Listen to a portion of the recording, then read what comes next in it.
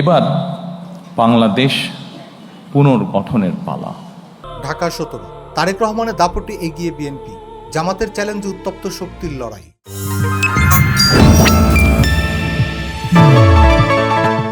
ত্রয়োদশ জাতীয় সংসদ নির্বাচন সামনে রেখে রাজধানীর আলোচিত ঢাকা ১৭ আসন এখন দেশের অন্যতম গুরুত্বপূর্ণ রাজনৈতিক যুদ্ধক্ষেত্রে পরিণত হয়েছে। আর সেই যুদ্ধে এগিয়ে আছে ভবিষ্যৎ বাংলাদেশের স্বপ্নদ্রষ্টা তারেক রহমান। বিএনপি চেয়ারম্যান তারেক রহমান ও জামাতে ইসলামের প্রার্থী ডাক্তার এস.এম. খালিদুজ্জামানের মধ্যকার প্রতিদ্বন্দ্বিতা ক্রমেই তীব্র হচ্ছে। তবে সাম্প্রতিক সময়ে বিভিন্ন জরিপে তারেক রহমানকে স্পষ্টভাবে এগিয়ে রাখায় নির্বাচনী মাঠে নতুন সমীকরণ তৈরি হয়েছে। যুক্তরাষ্ট্রভিত্তিক গবেষণা ও অ্যাডভোকেসি সংস্থা সোচ্চার টর্চার ওয়াচডগ বাংলাদেশ এর জরিপ অনুযায়ী বিএনপি প্রার্থী তারেক রহমান পেয়েছেন ৩৫% সমর্থন, যেখানে জামাত প্রার্থী ডাক্তার এস.এম. খালিদুজ্জামান পেয়েছেন ৩২%। ব্যবধান খুব বেশি না হলেও রাজধানীর এই গুরুত্বপূর্ণ আসনে তারেক রহমানের এগিয়ে থাকা বিএনপি শিবিরই বাড়তি আত্মবিশ্বাস তৈরি করেছে। গত শনিবার রাজধানীর বিডিবিএল ভবনে আয়োজিত সংবাদ সম্মেলনে সংগঠনটির প্রেসিডেন্ট ও নর্থ সাউথ ইউনিভার্সিটির সহকারী অধ্যাপক ডক্টর সিব্বির আহমেদ জরিপের ফলাফল প্রকাশ করেন।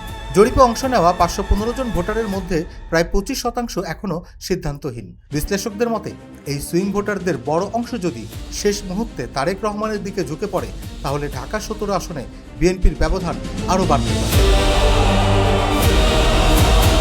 পুরুষ ভোটারদের শক্ত সমর্থন। পুরুষ ভোটারদের মধ্যে তারেক রহমানের অবস্থান দৃঢ়, যা তাকে প্রতিদ্বন্দ্বীর চেয়ে এগিয়ে রেখেছে। নারীদের মধ্যে এখনও বড় অংশ সিদ্ধান্তহীন থাকায় নির্বাচনের শেষ পর্যায়ে নারী ভোটারদের মন জয় করাই হয়ে উঠেছে দুই শিবিরের প্রধান লক্ষ্য। বয়স ও পেশাভিত্তিক সমীকরণে এগিয়ে বিএনপি।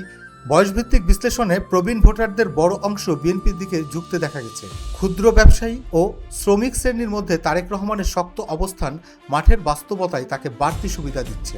যদিও তরুণ ও বেসরকারি চাকরিজীবীদের একটি অংশ জামাত প্রার্থীর দিকে ঝুঁকছে, তবে সামগ্রিক সমর্থনে বিএনপি প্রার্থী এগিয়ে রয়েছে। সম্ভাব্য জয়ী হিসেবে এগিয়ে রয়েছেন তারেক রহমান। কে জিততে পারেন এমন প্রশ্নে ৪৬.৪% ভোটার তারেক রহমানের সম্ভাব্য জয়ের কথা বলছেন, যেখানে ডাক্তার এস.এম. খালিদুজ্জামানের পক্ষে মত দিয়েছেন মাত্র ২৭.৪%। বিশ্লেষকদের মতে বর্তমান ট্রেন্ড অব্যাহত থাকলে ঢাকা ১৭ আসনে তারেক রহমানই ফেভারিট হিসেবে নির্বাচনী লড়াই থাকবেন। রাজনৈতিক পর্যবেক্ষকদের ভাষায় ঢাকা ১৭ এখন শুধু একটি সংসদীয় আসন নয়, এটি বিএনপি বনাম জামাতের শক্তির লড়াইয়ের প্রতীক। আর এই মুহূর্তে মাঠের লড়াইয়ে তারেক রহমানই অনেক এগিয়ে। Desk report, infinity Bangla.